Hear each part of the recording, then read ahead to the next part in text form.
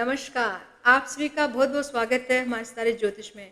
मैं डॉक्टर कौशल्या बहार। आज आपके लिए जो विषय लेकर आई हूँ, वो है चंद्रमा का बल। चंद्रमा का बल कुंडली में क्यों देखना चाहिए? क्यों चंद्रमा इतने महत्वपूर्ण हो जाते हैं हमारी कुंडली में? क्योंकि देखिए, चंद्रमा का जो सीधा अर्थ है, वो सबसे पहले हमारे मन से लगाया जाता है कि हमारा मन कैसा है। क्योंकि किसी भी कार्य को करने के लिए हमारे मन का बहुत अच्छा होना आवश्यक होता है। दूसरी बात है कि कुंडली में चंद्रमा जो होते हैं वो धन के कारक ग्रह भी होते हैं, ठीक है? चंद्रमा धन के कारक ग्रह होते हैं। चंद्रमा हमारे शरीर में होने वाले ब्लड के कारक भी हैं। ब्लड के कारक भी हैं, जो लिक्विड होता है, जो जल तत्व जो हमारे शरीर में होता है, उसका कारक भी चंद्रमा बनते हैं। तो चंद्रमा धन के कारक भी बनते हैं। हमारे शरीर का जो ब्लड है उसके कारक भी चंद्रमा होते हैं, ठीक है? यदि शरीर में कहीं कुछ ब्लड से रिलेटेड माफ कीजिए, ब्लड से संबंधित यदि कोई बीमारी हो जाती है तो उसमें चंद्रमा का भी कहीं न कहीं पाप प्रभाव में आना या खराब अवस्था का होना, ठीक है? जैसे कि नीच के चंद्रमा हो गए, तो ऐसे जातकों के जीवन में या उनके शरीर में खून की कमी अवश्य होती है। तो चंद्रमा इतने महत्वपूर्ण क्यों होते हैं? देखिए, चंद्रमा सबसे पहले तो ये बात है कि चंद्रमा जो है वो हमारे मन के कारक हैं, हमारे सुखों का भाव, जैसे कि चतुर्थ भाव जिसे हम कहते हैं, सुखों के भाव के कारक हैं, हमारी मनस्थिति के कारक हैं, हमारी माता के कारक भी हैं। कुंडली में जब हम विश्लेषण करते हैं, किसी की व्यक्ति कुंडली का विश्लेषण किया जाता है, तो सबसे पहले चंद्रमा को देखना आवश्यक हो जाता है, क्योंकि चंद्रमा बली यदि होते हैं तो व्यक्ति के अंदर में, मन के अंदर में एक बलाबल बढ़ा रहता है, जोश रहता है, वो बहुत जल्दी से स्ट्रेस में नहीं आते हैं। तो चंद्रमा का बल कुंडली में देखना बहुत अधिक आवश्यक होता है। आज जो मैं वीडियो बना रही हूँ, यदि आपको ये वीडियो अच्छा लगे तो आप इसे लाइक कर सकते हैं, शेयर कर सकते हैं। नए हैं तो आप सब्सक्राइब जरूर कीजिए और बेल आइकन को भी प्रेस जरूर कीजिए, क्योंकि चंद्रमा का हम आज बल कैसा होना चाहिए, मतलब चंद्रमा का बल क्यों अधिक आवश्यकता रखता है कुंडली में, इसकी हम आज चर्चा करने जा रहे हैं। चंद्रमा बली कब होते हैं? देखिए, वैसे तो चंद्रमा को शुभ ग्रह में इनकी गिनती की जाती है, लेकिन यदि चंद्रमा पक्ष बली नहीं है तो वो पापी ग्रह में भी इनकी गिनती होती है, ठीक है? तो चंद्रमा का पक्ष बली होना बहुत आवश्यक होता है। वैसे चंद्रमा हो सकता है अच्छी स्थिति में हो, लेकिन यदि पक्ष बली नहीं है तो वहां पर उन्हें हम पूर्ण रूप से बली नहीं कह पाते हैं, इसलिए चंद्रमा का बली होना आवश्यक होता है। तो सबसे पहले जानते हैं कि चंद्रमा बली कब होते हैं। शुक्ल पक्ष की जो अष्टमी है, वहां से लेकर के कृष्ण पक्ष की सप्तमी तक चंद्रमा बली होते हैं। मतलब यदि शुक्ल पक्ष में है तो अष्टमी से उत्तरोत्तर पूर्णिमा तक बली होते जाएंगे। पूर्णिमा के पश्चात में वो थोड़े पक्ष बली कम होंगे, लेकिन सप्तमी तक वो पक्ष बल में ही गिना जाएगा। लेकिन कंपेयर देन पूर्णिमा के चंद्रमा के कंपेयर में कृष्ण पक्ष की जो एकम है, द्वितीय तिथि है, तृतीय है, वो कम बली मानी जाएगी। तो इस तरह से इनका पक्ष बल जो है वो बढ़ता है। उसके पश्चात कृष्ण पक्ष की सप्तमी तक इनका बली रहते हैं, लेकिन ये तो उत्तरोत्तर घटता भी है। तो इस तरह से पक्ष बली होना बहुत जरूरी होता है। उदाहरण के लिए देखिए, किसी बालक की कुंडली है जो अभी नवजात शिशु है, उसमें हम चंद्रमा को बहुत अधिक कंसिडर करते हैं। क्यों करते हैं? क्योंकि चंद्रमा नवजात शिशु की आयु को बढ़ाने वाला ग्रह होता है। यदि वो त्रिक भाव में बैठ गया है, छठे, आठवें, 12वें भाव में, और चंद्रमा की दशा भी चल रही है और शुभ भाव में तो है भी नहीं और वो पाप प्रभाव में भी आया हुआ है, तो वहां पर उस शिशु को थोड़ा सा स्ट्रगल बढ़ जाती है। मतलब उस बच्चे को थोड़ी सी स्ट्रगल करनी पड़ सकती है। हो सकता है उससे कोई बीमारियां हो, तो बालारिष्ट योग भी चंद्रमा की अशुभ स्थिति में आकर के बनता है। तो वैसे भी किसी भी व्यक्ति के लिए चंद्रमा थोड़ा महत्वपूर्ण ग्रह हो जाता है। चंद्रमा से हम धन का आवक तो देखते ही हैं, क्योंकि चंद्रमा यदि शुभ स्थिति में है तो व्यक्ति के हाथ से एक निश्चित मात्रा में धन का फ्लो रहेगा। मतलब उसके हाथ से उतने ही पैसे निकलेंगे जितने एक फिक्स मात्रा में निकलने चाहिए। वो कब?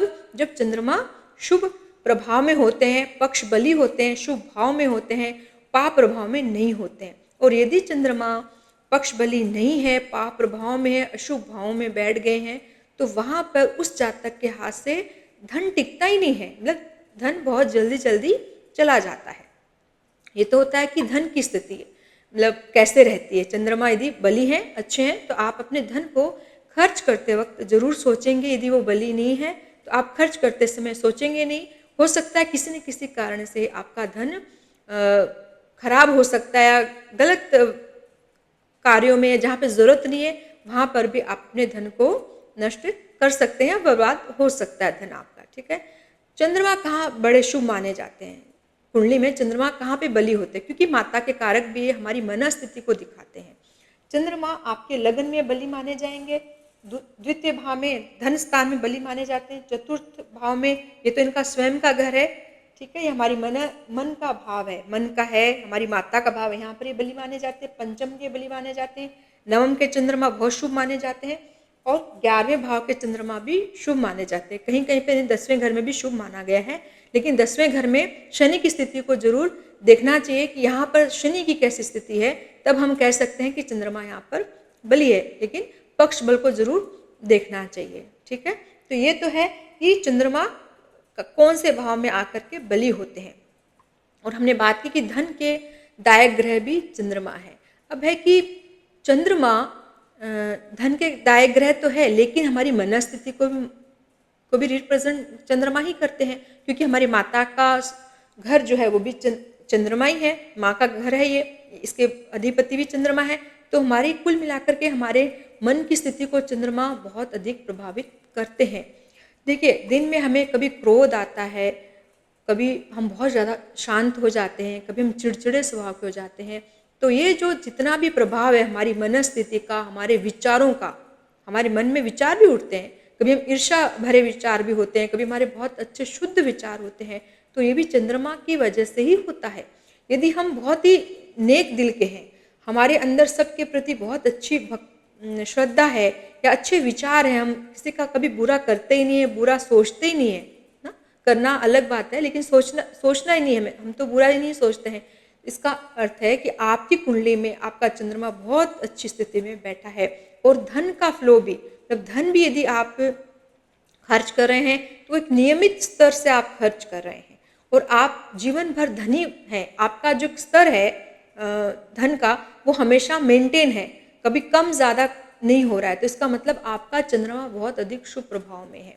तो मन स्थिति का कारक चंद्रमा बताया गया है, क्योंकि मन का कारक चंद्रमा होता है, माता का कारक भी चंद्रमा। यदि कुंडली में चंद्रमा की स्थिति बहुत अच्छी नहीं है तो आपके जीवन में माता का सुख भी कहीं ना कहीं कम जरूर होता हुआ देखा जाता है। कभी कभी किसी व्यक्ति की माता ही नहीं होती है, उनका देहांत हो जाता है, अल्पायु बच्चा छोटा रहता है, उसी समय उसकी माता चली जाती है, तो कहीं ना कहीं उसका चंद्रमा पाप प्रभाव में जरूर रहता है। तो चंद्रमा मन स्थिति का कारक यहाँ पर जरूर बन जाता है, क्योंकि देखिए, यदि मन अच्छा है तो कटौती में गंगा है, मतलब आपके मन बहुत अच्छा होना चाहिए, तो आपके जीवन में आपका कार्य क्षेत्र भी इसी से जुड़ा रहता है, क्योंकि मन अच्छा हुआ तो आपके कर्म भी इसी से जुड़े हुए रहते हैं। 10वां भाव आपको प्रभावित जरूर करेगा। यदि चतुर्थ भाव आपका अच्छा है तो आपका 10वां भाव भी बहुत अच्छा हो जाता है। किसी तरह के नेगेटिव थॉट्स आते हैं, हमें कभी कभी बहुत डिप्रेशन होता है, डिप्रेस हो जाते हैं, एंजाइटी होती है, बुरे विचार आते हैं, दुस्वप्न आते हैं, ये सारे भी चंद्रमा के कारण ही होते हैं। किन्हीं किन्हीं को मृगी के दौरे भी आते हैं। मानसिक जितने भी रोग हैं वो चंद्रमा की स्थिति को ही बताते हैं कि आपका चंद्रमा किस तरह से बैठा है कुंडली में। ठीक है, तो देखिए, चंद्रमा यदि 6ठे, 8वें और 12वें भाव में आ जाते हैं तो ये भाव चंद्रमा के लिए बिल्कुल भी शुभ नहीं है। चंद्रमा यहाँ पर कभी भी शुभ नहीं कहे जाते हैं, वो अशुभ ही कहे जाएंगे यदि चंद्रमा इन भाव में आ जाते हैं। यदि 6ठे भाव में आ जाते हैं चंद्रमा, तो ऐसा जात यदि लग्नेश होकर के 6ठे भाव में आ गए, और या फिर चंद्रमा किसी भी भाव के अधिपति होकर के इस भाव में आ गए हैं, तो कुल मिलाकर के उस व्यक्ति को जीवन में संघर्ष बना रहता है। कैसा संघर्ष? जो व्यक्ति अपने विचारों के साथ संघर्ष कर रहा है, वो उसके इमोशंस के साथ में संघर्ष हो रहा है, वो बहुत ही इमोशनल हुआ रहता है, बात बात में रोना या बहुत चिंतित रहना, धन को लेकर के चिंतित हो जाना, माता को या अपने जीवन के सुखों को लेकर, भौतिक जो सुख होते हैं और अपनी गृहस्थी को लेकर के भी ऐसा व्यक्ति हर हमेशा दुखी रहता है। वो दुखी रहता है, मतलब ये उसकी मन की स्थिति होती है, मन में विचार उसके इस तरह से उठते हैं। हालांकि भले वो वास्तव में दुखी नहीं हो, लेकिन उसकी सोच इस तरह की बन जाती है। जब चंद्रमा यहाँ पर आ जाते हैं, अष्टम भाव में आते हैं, चंद्रमा यदि अष्टम भाव में आ जाते हैं तो एक दूर स्थान है, चंद्रमा पाताल में चले गए, कहने का अर्थ है कि बहुत ही गहराई में आपका मन चला गया है। आप बहुत अजीब से विचार रख सकते हैं, आपको एंजाइटी हो सकती है, आप किसी तरह के मानसिक रोगी भी हो सकते हैं, मनोवैज्ञानिक आपको रोग हो सकते हैं, ठीक है। आपकी माता है, उनका सुख भी आपको बहुत अधिक जीवन में नहीं मिलता है। आपकी जो सुख संपत्ति है, क्योंकि चतुर्थ भाव सुख संपत्ति का कारक भी है, तो उसका भी आपको बहुत अधिक लाभ नहीं मिलता है। हो सकता है कि आपके बनाया जो भी घर है, जो संपत्ति, आप उससे दूर हैं, कोसों दूर चले गए उसे छोड़ करके, कोई अलग एकांतवास आप कर रहे हैं, क्योंकि चंद्रमा अष्टम में व्यक्ति का एकांतवास भी बताता है। ऐसा व्यक्ति अकेला रहना ज़्यादा पसंद करता है, किसी से जुड़ता नहीं है, क्योंकि उसकी सोच बहुत अलग हो जाती है, वो सबसे कटा हुआ रहना पसंद करता है, और ऐसे व्यक्तियों को कहीं ना कहीं मानसिक तकलीफें जरूर होती है। तो इस तरह से इस भाव में यहाँ पर चंद्रमा कभी भी अच्छे नहीं माने जाते हैं। दूसरी बात है कि 12वें भाव में चंद्रमा की कैसी स्थिति रहेगी। 12वां भाव जो है वो व्यय का भाव है। यहाँ पर व्यक्ति की ऐसी स्थिति हो जाती है कि उसके इमोशंस जो होते हैं वो आउट ऑफ कंट्रोल हो जाते हैं, कंट्रोल में ही नहीं रहते हैं। सीधे तौर पे कह सकते हैं कि ऐसे जातक को भी मानसिक रोग होने के बहुत ज़्यादा योग बन जाते हैं। कहीं ना कहीं ऐसा व्यक्ति अपने स्वभाव के साथ वो कहीं ना कहीं संघर्ष कर रहा है, अपनी मनस्थिति के साथ, अपने विचारों के साथ, अपनी सोच के साथ में ऐसा व्यक्ति संघर्ष करते हुए देखा जाता है। यदि छठा, आठवां, 12वां भाव में चंद्रमा आ गए, इसका मतलब वहाँ पर उस व्यक्ति को बहुत ज़्यादा सपोर्ट करने की आवश्यकता है। जो उसके अपने हैं उन्हें देखना चाहिए कि उसे इस व्यक्ति को सपोर्ट की आवश्यकता है। मेडिकल ट्रीटमेंट की भी कभी कभी आवश्यकता यहाँ पर जरूर पड़ जाती है। तो यहाँ पर तो आपके इमोशंस का, आपके विचारों का, आपके थॉट्स का, सबका व्यय होता है, क्योंकि व्यय का भाव हो जाता है। यहाँ पर चंद्रमा जब आ जाएंगे तो माता के सुख में कमी हो सकता है, आपकी माता जीवित हो लेकिन वो आप उससे दूर हो सकते हैं। हो सकता है कि आपके उनके साथ में विचार नहीं मिल रहे हो, विचारों में मतभेद अवश्य होता है। यदि 12वें भाव में चंद्रमा आ जाते हैं तो माता के साथ में मतभेद हो सकता है कि आपकी जो संपत्ति है आप उसे बहुत अधिक मात्रा में खर्च करना पसंद करते हैं, किसी बड़े खर्च में हो सकती है। ऐसा नहीं कि आपका ऐसा स्वभाव बन जाए, ठीक है। कोई बड़े बड़े कार्यों में, कोई एजुकेशन में चला गया, कोई घर बनाने में आपकी बहुत मोटी रकम जो है वो यहाँ पर जाती हुई दिखती थी, चंद्रमा 12वें भाव में आ जाते हैं।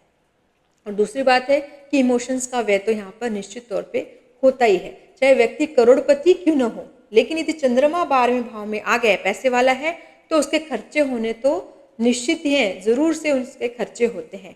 तो इस तरह से चंद्रमा का पक्ष बल कुंडली में देखना बहुत ज़्यादा आवश्यक हो जाता है, क्योंकि किसी भी कुंडली का जब विश्लेषण किया जाता है तो चंद्रमा की स्थिति जरूर देखनी चाहिए। वैसे भी ज्योतिष में चंद्र कुंडली भी बनती है, चंद्रमा को लगन में रख करके हम सारे ग्रहों को बिठाते हैं। तो चंद्र कुंडली क्या कहती है, क्योंकि चंद्र कुंडली आपकी मनस्थिति को बता रही है कि आपका मानसिक स्तर कैसा है। आप किसी भी चीज़ को, क्योंकि जीवन में देखिए स्मूथ लाइफ नहीं होती कभी भी, हमारी अप डाउन्स लाइफ में चलते रहते हैं, हमारे लाइफ में कभी प्रॉब्लम भी आती हैं, तो हम उन प्रॉब्लम्स को किस तरह से हैंडल कर सकते हैं। क्योंकि देखिए बहुत तकलीफ पाते हैं हम, जो प्रॉब्लम्स आती है बहुत तकलीफ पाते हैं। यदि हम उस समय अपने इमोशंस को, हमारी जो सोच है उसको यदि हम कंट्रोल कर लेते हैं, यदि हम उसके ऊपर विजय प्राप्त कर लेते हैं सोच के ऊपर, क्योंकि व्यक्ति को सोच ही तो बीमार बना देती है। यदि सोच को हम कंट्रोल कर लेते हैं बहुत तरीके से, यदि हम सोचते हैं कि नहीं ये तकलीफ आई है, 5-10 दिन बाद ये तकलीफ चली जाएगी। हमेशा कभी भी सुख और दुख एक साथ में नहीं रहते हैं, सुख आता है, दुख आता है, दुख आता है, सुख आता है। तो इस तरह से आपके इमोशंस भी होते हैं, यदि हम उनको यदि कंट्रोल कर लेते हैं तो हमारी मनस्थिति बराबर अच्छी बनी हुई रहती है। तो चंद्रमा का विचार कुंडली में प्रथम जरूर करना चाहिए। हम कुंडली खोलते हैं, जब कभी हम एनालाइज करते हैं कुंडली को, तो सबसे पहले चंद्रमा को देखना चाहिए, क्योंकि सबसे पहले हम राशि भी देखते हैं। हमने अपनी राशि देखी, जिस अंक पर चंद्रमा है वो हमारी राशि होती है, तो वो किस भाव में चंद्रमा बैठे हैं। चंद्रमा ही बताते हैं कि आप कितने सुखी होने वाले हैं और कितने अधिक दुखी होने वाले हैं जीवन में। बहुत कुछ आपके लाइफ में रहता है, लेकिन चंद्रमा की यदि शुभ स्थिति नहीं है तो बहुत कुछ होने के पश्चात भी आप उसका सुख नहीं भोग पाते हैं। आप हमेशा अकेले दुखी रहना पसंद करते हैं। मानसिक तकलीफें आपको हो सकती है। तो इस तरह से जाना हमने कि चंद्रमा का बल कुंडली में क्यों आवश्यक है और किस तरह से चंद्रमा बली होते हैं, किन भावों में बैठ करके वो अपना बलाबल आदि दिखा सकते हैं। तो आशा करती हूँ कि आपको ये मेरा छोटा सा वीडियो जरूर पसंद आया होगा। यदि पसंद आया तो आप लाइक करें, शेयर करें और नए हैं तो आप मेरे चैनल को सब्सक्राइब जरूर कीजिए। नमस्कार।